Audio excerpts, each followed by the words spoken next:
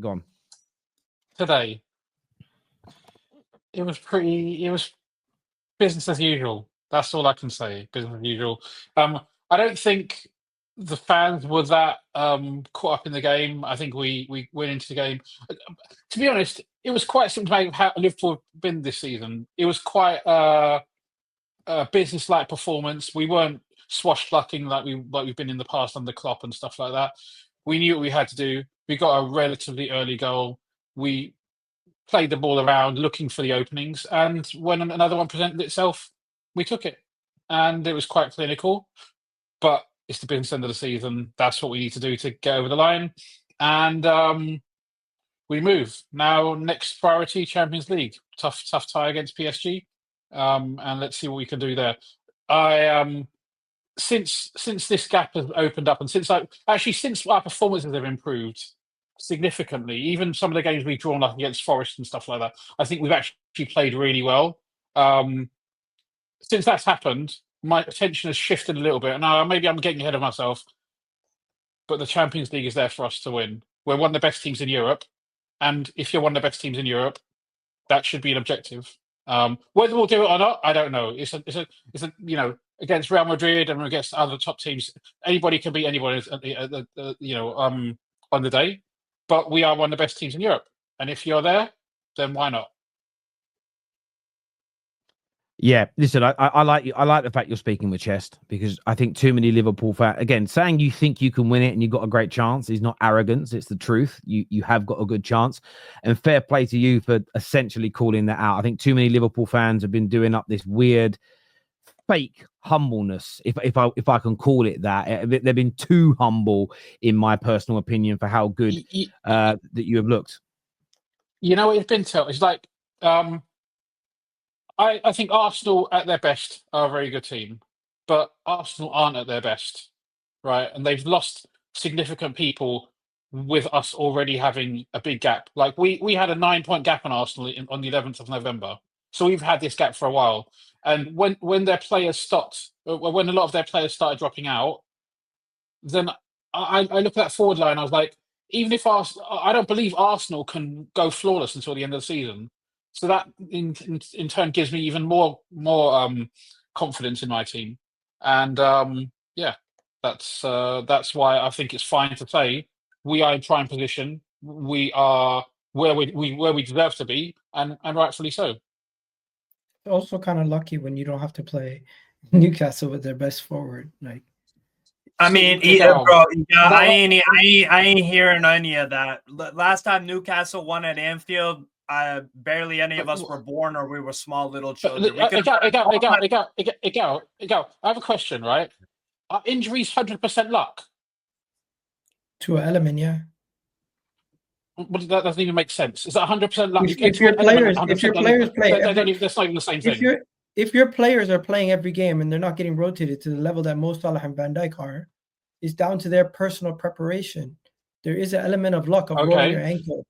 There's an element. So there is an element of luck, but you agree that it's not 100% luck. A lot of it is down to the players' conditioning, how they look after themselves, the stuff they do outside of playing the 90 minutes, right? Yeah. True. Because if you look at Arne Slot's record at PSV and look at how many injuries they had last season, you'll see that they had significantly less injuries than previous regimes and this season. So you may want to put it down as luck, but that doesn't mean it's true. You make your own luck to some extent, and then there is an element of luck. But the problem is, the first thing you say when you come on here is luck. And I'm sorry, that's ridiculous. No, look, Rex, you hear his point. There is an element of luck with Man City having the amount of injuries. There is an element of luck with everything. There's an element of luck when you're crossing the street. If you get knocked over, you don't get knocked over. One second. Obviously, it's a fortunate stroke for Liverpool. Not to take away from Liverpool, but your key opponents. Not to take away from Liverpool, but it's a good job they didn't have their full strength attack. No, but Rex, he's just pointing out. You're not facing full strength teams. Same way when Liverpool won the league. When Man City won the league and they walked it with Van Dijk injured. Can I ask you a question? Can I ask you a question on that? Gal, can I ask you a question on that? Sorry, Rat. Can I ask you a question? When you guys went invincible in 2004, that Man United team at that point who had dominated the league prior and then after, was considered one of the weakest in Fergie's Premier League era. So would you discount Arsenal's invincible season because Man United went off the boil for a couple of years? If I'm not mistaken, that invincible season, Chelsea also invested heavily and they were supposed to win it. That was Abramovich's first season. That was Abramovich's first season, and it was pre-Jose. So the question I'm asking Ranieri. you, sorry. Can you answer my question directly about Man United? Man United had dominated English football up until that point in the Premier League under Fergie. We had a bad few years, okay, where some of our signings didn't work out and we weren't quite at the races. You could call it luck, right? Were Arsenal lucky that a couple of signings didn't work out, that we had injury problems? Or was it Arsenal's brilliance and going invincible that won them the league? Because your logic about Liverpool, if you apply that, you could apply that to most league. You could say, well, the only reason Liverpool and City are up near the top now is because they're lucky that Man United started running the club bad in 2013. How far do you take that luck element, Igal? No. Honestly, I think you guys are taking it a little bit too far. I'm not taking it to an element where I'm saying I'm discrediting everything they've done. I'm just simply saying this season, I feel like Liverpool have had something fortunately go their way. And also it culminated with them having a really good season off the back of some great performances from their players also. It's not to discredit everything. It's just to acknowledge, yes, it is quite fortunate when some of your opponents do go through tough times. Now, I'm not discrediting every single team that's had league titles off the back of other teams having players fall off. And I'm not saying the Invincibles were lucky either, because if I'm not mistaken, the Invincibles had multiple red cards, multiple issues. Listen, honestly, I feel like you guys took one comment and ran with it. All I'm talking about is Alexander Isak being Newcastle's best forward. And when Newcastle face Arsenal, their best team is ready to go. And when Newcastle face Liverpool, they have key players out. Isak is lost to Liverpool. Sorry, Steve. Igal, you can't come here and say this.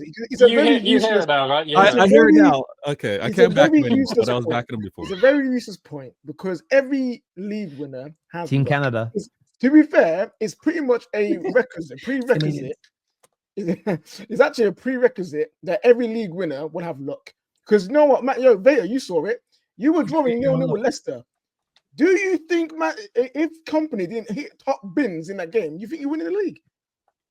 Like, I don't think so. We needed that magic. We needed that magic. You need that magic. You needed that luck. Every league winner has it. And you look at it this way: Man United tonight, like me and KJ were speaking at halftime, and I'll tell you all what I was saying as a Man United fan, because I can't directly control the team. I'm asking for some luck to go our way. I'm like, oh God, like we make the mistake to concede the goal. Our goalie makes an error to concede. Dorgu makes a stupid tackle and gets sent off. Now, Man United weren't unlucky because they went out and made those mistakes. As a fan, I felt unlucky because I can't control them directly. But at the same time, Man United are not being unlucky this season with mistakes. We have bad players. We don't have great confidence. And as we improve the quality of our squad, fingers crossed, and the confidence grows, typically speaking, you see less mistakes happen. I wouldn't necessarily call it lady luck. Igal, on your team tonight, what do you think went wrong in the Forest game? You know, Nuno, the manager of Forest, has just basically said, we knew what we had to do. They had no striker. Do you think it was as simple tonight, in isolation of tonight's game, of having no striker? Or do you think there were more issues on that field of play? I don't think there's anything that we could have done differently besides put the ball in the back of the net. Like, Arteta did everything. The players did everything they could. We were just toothless in attack. The players are toothless in attack. We do not create enough chances. We do not create enough quality of chances. And in the final third, we don't take our chances. So this is what happens when you have, I don't know if you guys watched the game, but we had Mikel Moreno start at striker. Then Mikel Moreno went to left back and Calafiori was playing striker. Then we had a moment where Declan Rice was playing left wing. Then Kieran Tierney was subbed on as a left winger. And we had numerous defenders playing in the attacking third. It got to the point where at one point we had 3 left backs across the whole left side. You had Zinchenko playing left midfield. You had another left back playing in left back, and you had Kieran Tierney playing as the left forward. Honestly, at this point, I'm looking at the manager and I'm looking at the team and I'm saying the attack is letting down the defense, because the defense has been holding this team together. we could have easily conceded if it wasn't for Gabriel and Saliba's last ditch tackles, Raya's save versus Chris Wood. The defense has been keeping this team together. The attack is toothless. The midfield was poor, and there's so many different players in the team. But one player I'm going to point out is Calafiori. He's one of these signings that we made in the January window. I mean, in the summer window, and he in this game was poor defensively, and his best attributes were actually in the final third where he hit the bar. So if we would have signed a forward instead of signing the likes of Calafiori or Mikel Moreno, we wouldn't have to play Calafiori and Mikel Moreno in these positions right now. And you know what?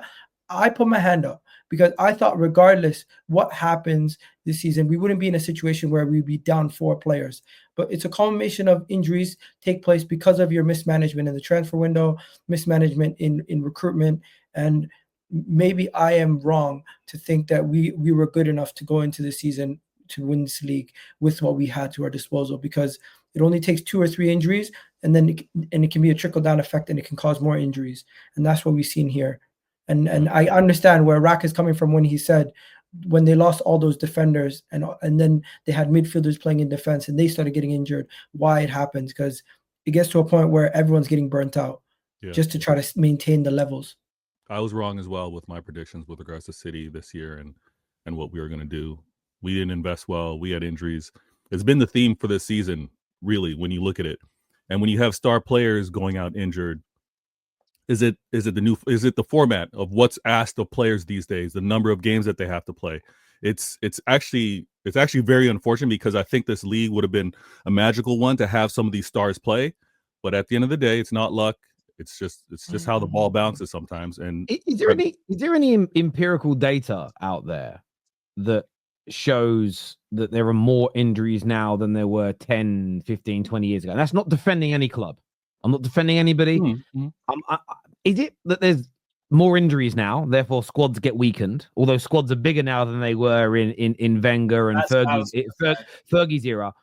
I just don't. What I'm saying is I don't remember seasons where, like Man United, for instance, we had a whole season where we barely had Rio and Vidic fit. That was, I think, in the 2009-2010 season. That was also the summer where we lost Tevez and Cristiano Ronaldo, and Owen Hargreaves out for the entire season. So we lost Ronaldo, best player in the world. We lost Owen Hargreaves to injury. Carlos Tevez left, and we barely had our centre-backs available. And we missed out on the title by a point to Manchester, to Chelsea, as an example. Now, I'm not saying that is because those teams are better or managers were better. I'm just intrigued to know whether we have more injuries now, and that's why squads are weaker. Or is it that teams are so system-based now that when you start losing 2 or 3 stars, there isn't maybe the quality to replace it and make the system work in the same way? It's maybe what not about for the debate pace now. and intensity, Terry? Because I've seen a former Man United player, Tuanzebe, talking about the pace and the level of speed that the game's being played at now compared to like back then when he was watching as a fan. Maybe it's changed. I mean, I mentioned volume of games as well. Yeah, so there's I'm just saying. I mean, it's not probably a debate for this show. I'm just intrigued by it because I don't necessarily. The problem is some people think people are trying to make excuses. It's not. I'm just trying to, because the players are probably complaining now. And maybe 3 years ago, the players that complained, there was always this notion of it's the losers that complain. But I remember when Varane started complaining, and I know he was at Man United, but no one could look at Varane's career and say loser. So if players like Varane are complaining about it, maybe there is some validity. Interesting note, by the way. Oh yeah. So someone said, tell Terry that top level injuries increase year in year, but it's minimal. But knee injuries are actually happening at higher rates. Ligament injuries are higher too. Okay, well there we go. So I'd love to see why that is. I mean, if you even look at the build of footballers now, though, I've noticed over the last 20 years, footballers now look more like middle distance runners, where back in the day, they were not shorter, but their legs were bigger and they were stockier and there's more meat on them, as an example.